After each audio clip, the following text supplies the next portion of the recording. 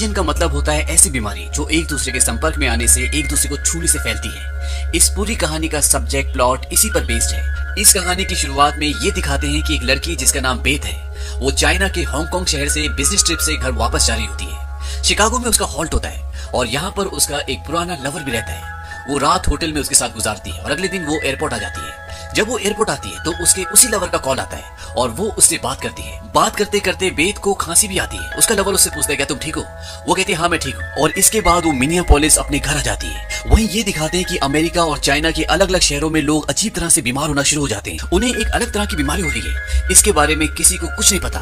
वहीं दूसरी तरफ ये दिखाते हैं कि बेथ की तबीयत को खराब हुए आज पूरे 4 दिन हो चुके हैं और उसकी तबीयत इतनी खराब हो जाती है कि वो बेहोश हो जाती है। बेथ के हस्बैंड मिच एमॉफ उसे हॉस्पिटल ले जाते हैं और हॉस्पिटल ले जाने की कुछ ही देर बाद उसकी मृत्यु हो जाती है। एमॉफ को कुछ समझ में नहीं आता कि उसकी मृत्यु क्यों हुई और जब वो घर आते हैं तो वो देखते हैं कि उनका स्टेपसन, जो कि अभी बहुत छोटा होता है, उसकी भी मृत्यु हो चुकी है और उसकी मृत्यु भी ठीक वैसी होती है जैसे बेथ की हुई थी। और मिच एमॉफ की पत्नी और उसके स्टेपसन की मृत्यु के बाद डॉक्टर उसे आइसोलेशन में रखते हैं ताकि वो ये वायरस, ये बीमारी दूसरों को ना फैलाए।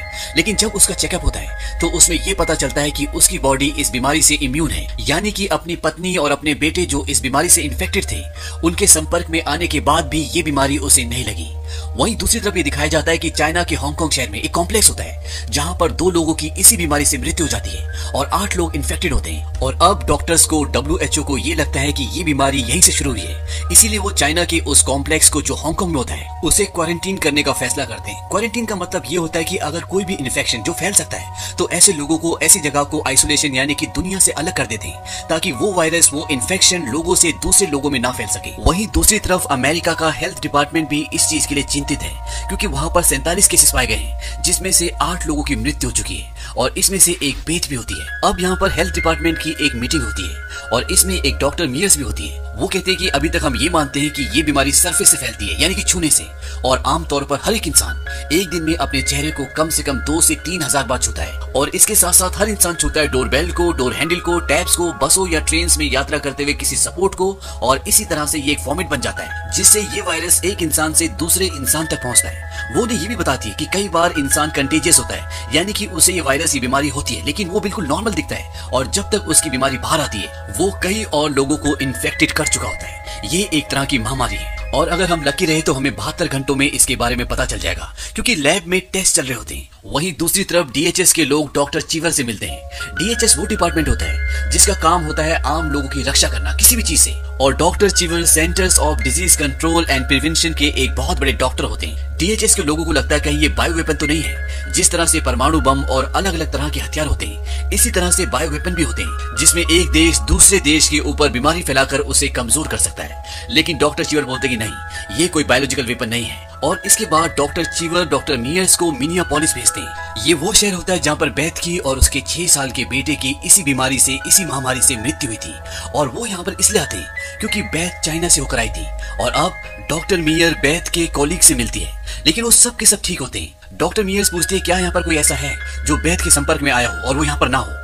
उनमें से एक आदमी वहाँ पर नहीं होता, वो बस में होता है। और जब डॉक्टर मियर्स उसे फोन करती है तो वो इन्फेक्टेड होता है। डॉक्टर मियर्स उसे बोलती है कि तुम जहाँ पर हो वहीं पर उतर जाओ और किसी चीज को छूना मत, और वो वहाँ पर उतर जाता है। और डॉक्टर मियर्स अपनी टीम के साथ वहाँ पर जाती है और उसे मास्क पहनाकर वहाँ से ले जाते हैं। वहीं 72 घंटे की रिसर्च के बाद ये पता चलता है कि ये जो वायरस है वो पिग से और बैट से आया है, यानी कि सुअर और चमगादड़ से, और इनके पास इस वायरस का, इस बीमारी का ना कोई प्रोटोकॉल है और ना ही कोई वैक्सीन है। और इस वायरस के 8वें दिन में ये अमेरिका के 5 बड़े शहरों में फैल जाता है और इससे कई लोग मर चुके हैं और कई लोग इन्फेक्टेड हैं। और डॉक्टर को इस वायरस की दवा बनाने के लिए ये पता लगाना बहुत जरूरी है कि एग्जैक्टली ये वायरस आया कहां से था। इसीलिए डॉक्टर लियोनोरा को हांगकांग भेजा जाता है ताकि वो इस चीज की इन्वेस्टिगेशन कर सके। और अब तक यहाँ पर 89,000 केसेस हो चुके हैं ऐसे लोगों के जो इन्फेक्टेड हैं, और अगले 48 घंटों में ये कई गुना बढ़ जाएंगे क्योंकि वायरस से इन्फेक्टेड एक इंसान जब भीड़ में जाता है तो वो उन सबको इन्फेक्टेड कर देता है, क्योंकि ये बीमारी छूने से, खांसने से और एक दूसरे के संपर्क से बढ़ती है। और अभी भी इस बीमारी का, इस वायरस का कोई इलाज नहीं है।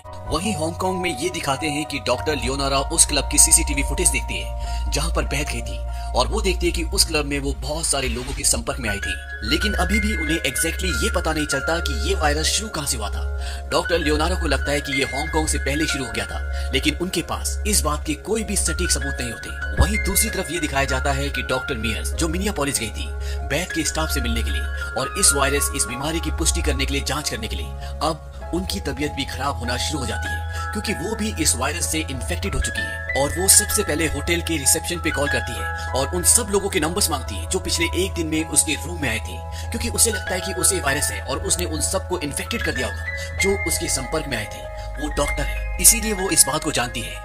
मियर्स डॉक्टर चीवर को भी कॉल करती है और उन्हें बताती है कि मैं इन्फेक्टेड हो चुकी हूँ। डॉक्टर चीवर ने ही उसे यहाँ पर भेजा है। वो उसे तसल्ली देते हैं कि तुम ठीक हो जाओगी, मैं हेल्थ डिपार्टमेंट के लोगों को वहाँ भेजता हूँ। और इसके बाद मियर्स फोन को डिस्कनेक्ट कर देती है। उसकी तबीयत बहुत ज्यादा खराब है, उसे सांस लेने में भी तकलीफ हो रही होती है। वहीं हांगकांग में डॉक्टर लियोनारा एक बार फिर से बेथ के टेप को देखती है और वो देखती है कि वो जिस के संपर्क में आई थी, या तो वो लोग मर चुके हैं या इस बीमारी से इन्फेक्टेड है। इससे ये पता चलता है कि इस बीमारी का जो इंडेक्स केस था वो बेथ थी। बेथ ही वो इंसान थी जिसे पहली बार ये बीमारी हुई थी, जिसके शरीर में पहली बार ये वायरस आया था, लेकिन कहां से और कैसे, इस बात का कुछ पता नहीं चलता। अब डॉक्टर लियोनारा चाइना से वापस अपनी कंट्री आना चाहती है, क्योंकि उसने वो पता लगा लिया है जिसके लिए वो हांगकांग आई होती है, लेकिन उसे यहाँ पर किडनैप कर लिया जाता है, क्योंकि ऐसे रूमर्स होते हैं कि अमेरिका ने इसकी वैक्सीन बना ली है और डॉक्टर लियोनारा के साथ जो आदमी काम कर रहा होता है वो उसे किडनैप करके अपने गाँव ले जाता है, ताकि वो अमेरिकी सरकार से डॉक्टर लियोनारा के बदले वैक्सीन का सौदा कर सके और अपने गाँव वालों की जान बचा सके। वहीं दूसरी तरफ यूएस में डॉक्टर चीवर से पूछा जाता है कि कितने लोगों की जान जा सकती है। वो बताती है कि जब सन 1918 में स्पेनिश फ्लू फैला था तो उस फ्लू से इस पूरी दुनिया की आबादी का 1% हिस्सा मर गया था, और अब ये जो नया वायरस इस दुनिया में फैला है, इससे 70 मिलियन लोगों की, यानी कि 7 करोड़ लोगों की जान जा सकती है, और ये एक बहुत खतरनाक बीमारी है। अब कुछ और दिन बीतते हैं और लोग और ज्यादा इन्फेक्टेड होना शुरू हो जाते हैं। यहाँ पर पूरे के पूरे शहर को शट डाउन कर दिया जाता है और यहाँ तक कि शिकागो को क्वारंटाइन कर दिया जाता है, यानी कि शिकागो के अंदर ना कोई जा सकता है और ना उस शहर से कोई बाहर आ सकता है। साथ ही साथ ये दिखाते हैं कि डॉक्टर मियर्स की इस बीमारी से मौत हो जाती है और अब एक नए आंकड़े सामने आते हैं और उसमें ये बताया जाता है कि इस दुनिया में हर 12 में से एक इंसान इस बीमारी से इन्फेक्टेड होगा और उनमें से 25 से 30% लोग मर जाएंगे। यानी कि अगर 1 करोड़ लोग इस बीमारी से इन्फेक्टेड होते हैं तो उसमें से 25 लाख से 30 लाख लोगों की मृत्यु हो जाएगी। और अभी तक पूरी दुनिया में इस बीमारी से 28.5 मिलियन लोग मर चुके हैं और ये आंकड़े धीरे धीरे बढ़ते जा रहे हैं।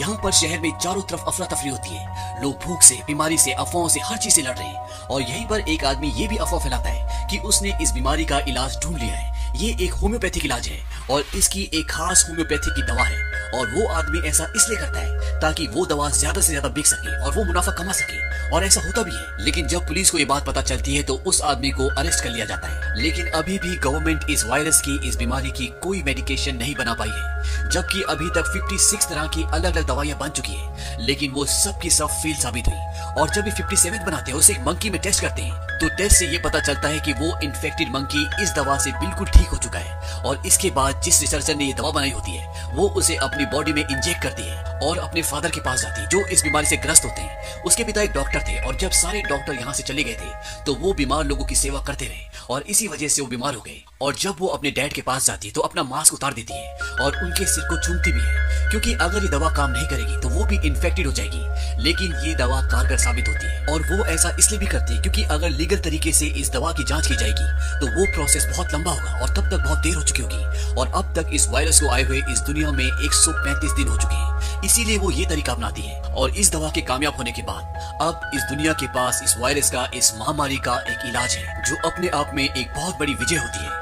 वहीं दूसरी तरफ ये दिखाते हैं कि हांगकांग में, चाइना में डॉक्टर लियोनारा को जो किडनैप किया था वो उसे इस शर्त पर छोड़ने के लिए तैयार हो जाते हैं कि डॉक्टर लियोनारा के बदले अमेरिकी सरकार उन्हें वैक्सीन देगी, और ऐसा होता भी है। और वो डॉक्टर लियोनारा को छोड़ देते हैं और जब वो एयरपोर्ट पर होती है तो उनका साथ वाला आदमी उन्हें बताता है कि जो दवा हमने उनको दी है वो सिर्फ प्लेसिबो है। प्लेसिबो उसे कहा जाता है जब किसी पेशेंट को दवा के बदले कुछ और दे दिया जाता है और उसे ये बताया जाता है कि ये दवा है और वो दवा समझ के उसे खा लेता है। और डॉक्टर लियोनारा को ये सच पता लगने के बाद वो उसी गाँव की तरफ दोबारा जाती है, क्योंकि वहाँ पर बहुत सारे बच्चे हैं जो मासूम हैं और अगर उन्होंने इस तरीके से अपना इलाज किया तो वो सब इन्फेक्टेड हो सकते हैं। और इसीलिए वो उन सबको वार्न करने के लिए उस तरफ निकल जाती है। वहीं दूसरी तरफ ये दिखाया जाता है कि डॉक्टर चीवर कई लोगों को इस मेडिकेशन को देते हैं ताकि वो इस बीमारी से इन्फेक्टेड ना हो सके और जो बीमार है वो ठीक हो सके। और अंत में ये भी दिखाया जाता है कि ये बीमारी फैली कैसे थी। दरअसल चाइना में कुछ लोग पेड़ों को काटते हैं और उन पेड़ों में से एक बैट, एक चमगादड़ उड़कर एक केले के पेड़ पर जाता है और वो वहां से एक केले का टुकड़ा ले जाता है और उसे खाने के लिए वो एक पिग फार्म में जाता है जहाँ पर बहुत सारे सुअर होते हैं। और वो जो केले का टुकड़ा अपने साथ लाया होता है वो नीचे जमीन पे गिर जाता है और वहां पे एक पिग उसे खा लेता है और उस पिग को मारकर एक रेस्टोरेंट में ले जाया जाता है। और जब कुक उसे बना रहा होता है, उसके मुंह में हाथ डाल रहा होता है, तभी उसका साथी उसे बोलता है कि बाहर आपसे कोई मिलना चाहता है। और वो कुक हाथ बिना धोए बाहर चला जाता है और बाहर बैथ होती है जो उससे मिलना चाहती है। बैथ उससे हाथ मिलाती है, उसके साथ फोटो खींचती है और इस तरह से ये इन्फेक्शन बैथ के शरीर में चला जाता है। और बैथ ही पहली पेशेंट होती है जिसके शरीर में बैट का और पिग का ये वायरस गया था। लेकिन अब जब इस बीमारी की वैक्सीन बन चुकी है तो सब सुरक्षित है। ये एक बहुत ही घातक वायरस था जो हाथ मिलाने से, एक दूसरे को टच करने से, खांसने से इस तरह से फैलता था। और जब तक लोगों को इस बारे में पता चलता है तब तक ये कई लोगों को इन्फेक्टेड कर चुका होता है। जिस तरह से आज हमारे देश में कोरोना चल रहा है जो हाथ मिलाने से, खांसने से, एक दूसरे के संपर्क में आने से फैलता है, जिसका कोई इलाज, कोई वैक्सीन नहीं है। इसका सिर्फ एक ही इलाज है कि हमें एक दूसरे से दूर रहना चाहिए ताकि एक इंसान इसी दूसरे इंसान को ना फैला सके। और जितने ज्यादा वक्त तक हम लोग सोशल गैदरिंग यानी कि सोशल डिस्टेंसिंग रखेंगे उतनी जल्दी हम इस वायरस से निजात पा सकेंगे, क्योंकि इन्फेक्टेड लोगों की संख्या अभी इतनी ज्यादा नहीं है। और अगर उन सबको ट्रीट किया जा सके, उन्हें समाज से अलग किया जा सके, तो हम बचे हुए लोगों को इस वायरस से बचा सकते हैं। तो ऐसा भी कहा जा सकता है कि इस वक्त इस बीमारी की दुनिया के पास सिर्फ एक ही दवा है और वो है सोशल डिस्टेंसिंग। हम जितना एक दूसरे से दूर रहेंगे उतना ही हम इस बीमारी से दूर रहेंगे। इससे पहले भी कई ऐसी महामारियां हैं जो हमारी इस दुनिया में हो चुकी है। 541 में इजिप्ट में प्लेग फैला था जिससे हजारों लोगों की जान गई थी। और ठीक 800 साल बाद यानी कि 1341 में प्लेग दोबारा फैला और इस दौर को ब्लैक डेथ का नाम दिया गया क्योंकि इस वक्त 75 मिलियन लोगों की जान चली गई थी। इसके बाद 1855 में प्लेग एक बार फिर से लौटा और इस बार वो चाइना में फैला और यहाँ पर 1 करोड़ लोगों की जान चली गई। और सन 1918 में स्पेनिश फ्लू फैला जो सन 1920 तक चला और पूरी दुनिया में इससे 500 मिलियन लोग इन्फेक्टेड हुए जिसमें 50 से 100 मिलियन लोगों की जान चली गई। और अब सन 2020 में कोरोना वायरस ने पूरी दुनिया को घेर लिया है। और ऐसे वक्त में हम लोगों को अवेयर होने की जरूरत है, ना कि डरने की। उम्मीद करते हैं कि ये इन्फॉर्मेशन आपके काम जरूर आएगी।